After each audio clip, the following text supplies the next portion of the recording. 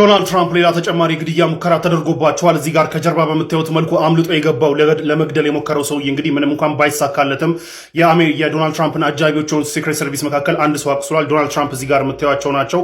ይህ ኢንሲደንት ልክ ሀፕን ሲያደርግ በምታዩት መልኩ እንግዲህ ሲክሬት ሰርቪስ አባላቶች ከበው ይዘዋቸው ሲወጡ ይታያል።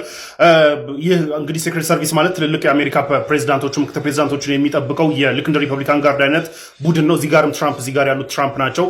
ያው ይሄኛው ሲክሬት ሰርቪስ አባል ነው። ወዲያው ነው ከቨር ያደረጋቸው ተተኩሶ እንዳይመቱ። እዚህ ጋር ያለው ማስ ደግሞ ወደ ቴብል ስር ግባ ተብሎ ያው ወደ ቴብል ስር ገብቶና ራሱን ከቨር ያደርገ ነበረ። ሲክሬት ሰርቪስ አባላቶች በምታዩት መልኩ መተው እንግዲህ ትራምፕን ኢቫኩዌት አድርገውታል። ይሄ ፕሮግራም የዋይት ሃውስ ኮረስፖንደንቶች በየአመቱ የሚካሄድ የዋይት ሃውስ ኮረስፖንደንቶች የእራት ግብዣ ነው። ጄዲ ቫንስ ናቸው እዚህ ጋር ደግሞ ኢቫኩዌት የሚደረጉት። ትራምፕ ደግሞ እዚህ ጋር መተው እንግዲህ ኢቫኩዌት ያደርጉታል። ለማንኛውም ይህ ፕሮግራም የዋይት ሃውስ ኮረስፖንደንቶች ለጋዜጠኞችን ፈንድሬዝ ለማድረግ ጋዜጠኞችን ለማበረታታት በየአመቱ የሚካሄድ ዋይት ሃውስ የሚያዘጋጀው የራት ግብዣ ነው። ፕሬዚዳንቶቹ በየጊዜው ይገኛሉ፣ በየስብሰባው ላይ ይገኛሉ፣ ንግግር ያደርጋሉ። ኮሜዲክ ንግግር ነው የሚያደርጉት። ብዙ ጊዜ ከፖለቲካ ወጥተው ኮሜዲክ ንግግር ነው የሚያደርጉት። ኦባማ ምናምን ብዙ ጊዜ ይሳተፉ ነበር። ትራምፕ ረጅም ዓመት ቦይኮት አድርጎት ነበር፣ አልመጣም ብሎ ቦይኮት አድርጎት ነበረ። እንግዲህ ዛሬ በስንት ዓመታቸው ቢመጡ ይህ ነገር ሀፕን አድርጓል። ግድያ ሙከራ ተደርጎባቸዋል። ይህ ፕሮግራም ሆስት ተደርጎ የነበረው አሜሪካ ውስጥ የሚገኘው ዋሽንግተን ሂልተን ሆቴል ውስጥ ነበር። ለማንኛውም ገዳዩ ሞካሪው ይሄ ነው። የኢራን ውጭ ጉዳይ ሚኒስትር ሰይድ ዶክተር አባስ አራግጂ ፓኪስታን ገብተዋል። የሚመሩትን ዴሌጌሽን እየመሩ እንግዲህ ፓኪስታን ኢስላማባድ ገብተዋል። ይህ ደግሞ ለመደራደር ነው እየተባለ ያለ ቢሆንም በኢራን በኩል ግን እስካሁን ድረስ እየተባለ ያለው አባስ አራግጂ ወደ ፓኪስታን የሄዱት ለድርድር ሳይሆን ኦር ከአሜሪካን ጋር ለመገናኘት ምንም አይነት ፕላን የሌላቸው ሲሆን የመጡት ማንኛውም ፎሬን ሚኒስትር ከሌላ አገር ፎሬን ሚኒስትር ጋር የባይላተራል ኦር የሀገራት ግንኙነትን ለማስቀጠል የሚደረጉ ሩቲን ውይይቶችን ለመወያየት ነው። ከፓኪስታን በኋላም ደግሞ ወደ ኦማን ደን ወደ ሩሲያ ይሄዳሉ ነው የተባለው። ፕላናቸው ይሄ ነው። ለመደራደር ምንም አይነት ዝግጅትም ምንም አይነት ጉዞም አላደረጉም የሚል ነው ያለው በኢራን ፎሬን ሚኒስትሪ በኩል። ነገር ግን እሳቸው የሚመሩት ቲም ፓኪስታን ውስጥ ነው መባሉን ተከትሎ የአሜሪካ ቲም ደግሞ አግኝቶ ለመደራደር ኦር አትሊስት መልእክት ለመለዋወጥ ወደ ፓኪስታን ይመጣል ተብሎ ይጠበቃል። በአደራዳሪዋ ፓኪስታን በኩል አትሊስት ቀጥታም ባይሆን በፓኪስታን በኩል ነገራቶችን ፋሲሊቴት ለማድረግና የተወሰኑ ግንኙነቶችን ለማድረግ ሙከራ እንደምታደርግ ታውቋል ፓኪስታን። ይህ ደግሞ ፍሬ የሚያፈራ ከሆነ ፊት ለፊት ተገናኝቶ ሊወያዩ ይችላሉ የሚል ነገራቶች ከፓኪስታን እየተሰሙ ቢሆንም በኢራን በኩል ግን ምንም አይነት የድርድር ሀሳብ የለም ነው እየተባለ ያለው። የአባስ አራግጂ ብቻቸውን መምጣት ወር የሚመሩትን ዴሌጌሽን እየመሩ መምጣትና የኢራን የፓርላማ አፈጉባኤ የሆኑትና የባለፈውን ዴሌጌሽን የመሩት መሐመድ ባጋር ጋሊባፍ መቅረት ደግሞ ይህንን ተከትሎ እንግዲህ አክሲዮስ የተለያዩ ሪፖርቶችን ይዞ ወጥቷል። ከዚህ ውስጥ ዋነኛው መሐመድ ባጋር ጋሊባፍ ከዴሌጌሽን ቲሙ ሪዛይን እንዲያደርጉ ተደርገዋል ኦር ስራቸውን እንዲለቁ ተደርገዋል የሚል ሪፖርት ይዞ የወጣ ቢሆንም አሁንም በኢራን በኩል ምንም አይነት ስራቸውን የለቀቁበት ምንም አይነት ነገር የለም። የመጣ ነው አንድ ውጭ ጉዳይ ሚኒስትር ከሌላ ሀገራቶች ውጭ ጉዳይ ሚኒስትሮች ጋር የሀገራቶችን ጉዳይ ለማውራት ሩቲን የሆነ በፊት እንደሚደረገው ኖርማል ግንኙነቶችን ለማድረግ ነው እንጂ የመጣ ነው። ለድርድር ስላልመጣ ነው መሐመድ ባጋር ጋሊባፍ ያልመጡት እንጂ በምንም መልኩ ሪዛይን አላደረጉም የሚል ከኢራን በኩል የተሰማ ነው።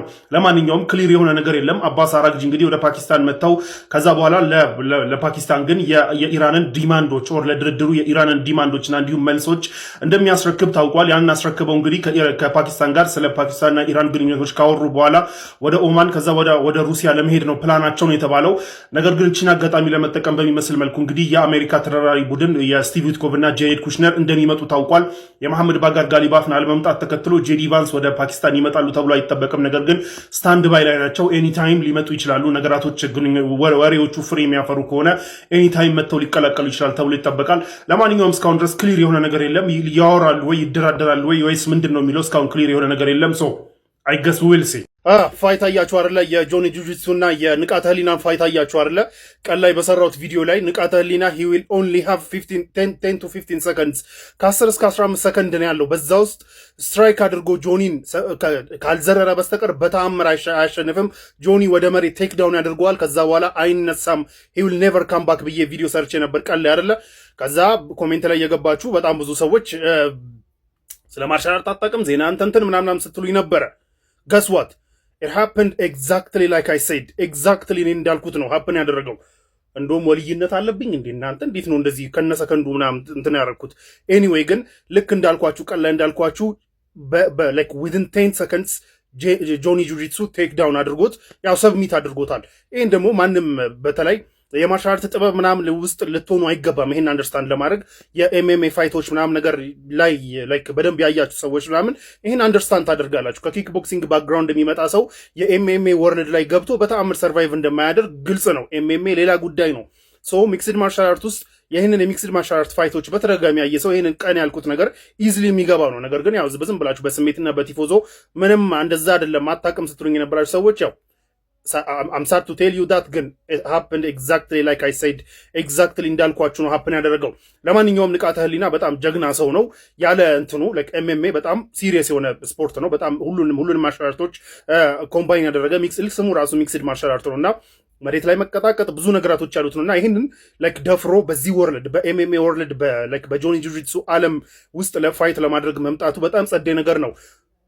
ጆኒ ጁጂትሱ ደግሞ በኪክ ቦክሲንግ ዓለም ላይ ደግሞ ሂዶ በንቃተ ህሊና ዓለም ላይ ደግሞ ሂዶ ፋይት ቢያደርግ ደስ ይለኛል።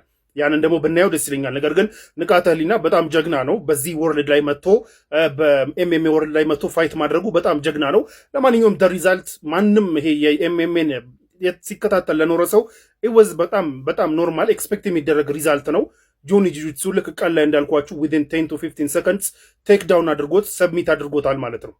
በሌላ በኩል ግን የናይቱ ኮንትሮቨርሻል የሆነውን ፋይት የአዲሱና የሄቪዌት ሞይታዩ ይሄ የአዲሱና የኢድሪስ ነውፈል ጉዳይ ደግሞ ነገ እናወራበታለን። ዛሬ መሽቷል። ከሌሊቱ 6 ሰዓት ተኩል 7 ሰዓት ሊሆኑ ሰው እንተኛና ነገ ደግሞ እሱን እናወራበታለን ማለት ነው።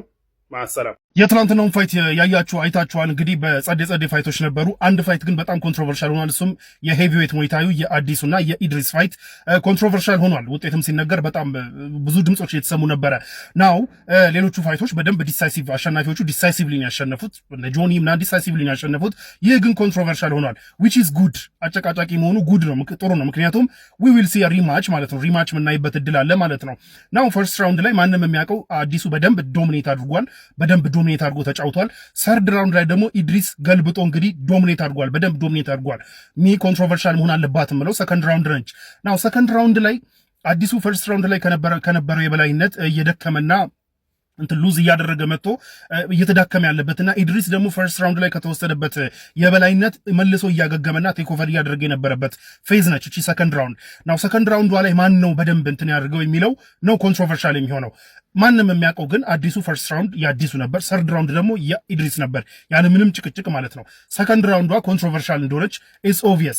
ስለዚህ ሁለቱም ኢድሪስም ነው ያሸነፈው አዲሱም ነው ያሸነፈው የሚሉ አርጊመንቶች ለኔ ተቀባይነት ያላቸው ናቸው፣ የሚያሳምኑ ናቸው። ምክንያቱም ዲሳይሲቭሊ ማንም ስላላሸነፈ ማለት ነው። ዲሳይሲቭሊ ለማሸነፍ እንግዲህ ሪማች ማየት አለብን ማለት ነው። ስለዚህ ፋይተሮቹ ሬዲ የሚሆኑ ከሆነ እንዲሁም አዘጋጆቹ ሬዲ የሚሆኑ ከሆነ በጣም ደስ የሚለው ነገር ኢን ዘ ኒር ፊውቸር ሪማች ልናይ እንችላለን የሁለቱን። ለማንኛውም ግን ይህ ፋይት ፎርድ ራውንድ ቢኖረው ኖሮ ኢትስ ኦብቪየስ አዲሱ ዊል ኔቨር እንትን ጊቭ አፕ ነበር የሚያደርገው። ምክንያቱም ከሰከንድ ራውንድ ጀምሮ በተለይ ሰርድ ራውንድ ላይ አዲሱ ወዝናት ፈርስት ራውንድ ላይ አዲሱ የነበረው አዲሱ አይደለም፣ ሰርድ ራውንድ ላይ ነበረው ሂወዝ በጣም ጋስ ዳውት ሆኖ ነበር፣ መተንፈስ አቅቶት ነበር፣ በጣም ተዳክሞ ነበር። ፎርዝ ራውንድ ቢኖር አይ ኖ ወይ። ኢድሪስ ግን ፈርስት ራውንድ ላይ ከተወሰደበት እንትን በደንብ እያገገመ መጥቶ ሰርድ ራውንድ ላይ በጣም ብዙ ኢምፓክቶችን አድርሷል። ስለዚህ ባይ ዘ ወይ ኢድሪስ ከዛ ፈርስት ራውንድ ላይ ከተወሰደበት ዶሚናንስ አገግሞ ይህንን በሰርድ ራውንድ እና ሰከንድ ራውንድ እና ሰርድ ራውንድ ላይ እንደዚህ አይነት ፐርፎርማንስ ማሳየቱና እንዲሁም ቴክ ኦቨር ማድረጉ እንትኑን መገልበጡ ራሱ ኢትስ ኢምፕሬሲቭ በኢድሪስ በኩል። ስለዚህ ለማንኛውም ዊ ሃቭ ቱ ሲ ኤ ሪማች ዲሳይሲቭሊ ማን አሸነፈ የሚለውን ለመወሰን ሪማች ማየት አለብን። አሁን አዲሱም ነው ኢድሪስም ነው ያሸነፈው የሚሉ አርጊመንቶች ለእኔ ተቀባይነት አላቸው፣ ምክንያቱም ዲሳይሲቭ የሆነ ቪክትሪ ስላላየን። ስለዚህ አዘጋጆቹም ሆኑ ፋይተሮቹ ሬዲ የሚሆኑ ከሆነ ኢን ዘ ኒር ፊውቸር ሪማች ልናይ እንችላለን ማለት ነው። ሶ ሌትስ ጎ ፎር ሪማች። ይህ ቪዲዮ ደግሞ ለአብዩኤል እና ለጆኒ ነው እና አብዩኤል ትላንትና ከኢትዮጵያዊነት ያፈነገጠ ንግግር ተናግራል። በመሰረቱ ይኸውላችሁ ከጀርባ ብታዩት ረቢቅ የሚባለው ነው አንደኛው ዊነርስ ነው። ረቢቅና ዱሬሳ ፋይት ነበራቸው። ዱሬሳ ከፋይቱ በፊት ረቢቅን እኔ እንደ ከበረው ነው ደበድበ መንፈስ ሆንብሃለሁ ምናምን ሲለው ነበረ። ፋይቱ ሲጀመር ግን እንደ ከበረው ተደብድቦ ኦንሊ ኖክአውት እዛ ፋይት ላይ ኦንሊ ኖክአውት የተደረገው ዱሬሳ ነው። ደን ደግሞ ኖክአውቱ ደግሞ ከባድ ኖክአውት ነበረ። ከዛ ማይሆን አወዳደቅ ወድቆ ማይሆን ኖክአውት ከተደረገ በኋላ ስንት ዶክተር ሪንግ ውስጥ ገብቶ ስንት ሕክምና ተደርጎለት ከስንት ነፍስ ውጭና ነፍስ ግቢ በኋላ ዱሬሳ ተመልሶ በዚህ መልኩ ተመልሶ ሲነሳ አብዩኤል እንደ ማንኛውም ኢትዮጵያዊ አይዞ የኔ አባት ምናምን ብለህ ከንፈርን ለመጥ ስገባ ደመሚ ይዝባክ ብለሃል። ባይ ዘ ዌይ አብዩኤል ኮሜንተሪ አንደኛ ጸደ የነበር ኮሜንተሪሽ እኔ ተመችቶኛል። the other thing ጆኒ what you did last night is inspire your biggest rival your biggest rival ትናንትና ማታ ኢንስፓየር አድርጋል። ሶ somebody somewhere is training to beat you። ስለዚህ somebody somewhere the good thing ማለት ነው ስፖርት ላይ ደስ የሚለው ነገር የራስንም ራይቫል ኢንስፓየር ታደርግና ሞር ፋይተሮች ጀነሬት ሞር ስፖርተኞች እንዲወጡ ታደርጋለህ ከራስ ኢንስፓይሬሽን። ለምሳሌ የኮነር ሜግሬጎር እንደምታውቁት የኮነር ሜግሬጎር ፋን ነበረ ሀቢብ የሱ ፋን ነበረ። ዛሬ ሀቢብ ከዛ በኋላ ቴክ ኦቨር እንዳደረገው ሁሉ there is somewhere somebody ያንተ ፋን የሆነ somebody young guy is training to beat you። ስለዚህ ኢንስፓየር አድርጎሃል። I hope you will be ready። ያ አንደርዶግ ሲመጣ I hope you will be ready። ለማንኛውም it was a good fight። ጸዴ ፋይት ነበር እንደ መጀመሪያው ምናምን ነገር በጣም ኮኦርዲኔሽኑ ምኑ በቃ አሪፍ ነበር። ልክ እንደ መጀመሪያ ጸዴ ፋይት ነበረ። ስዊት ቦክስም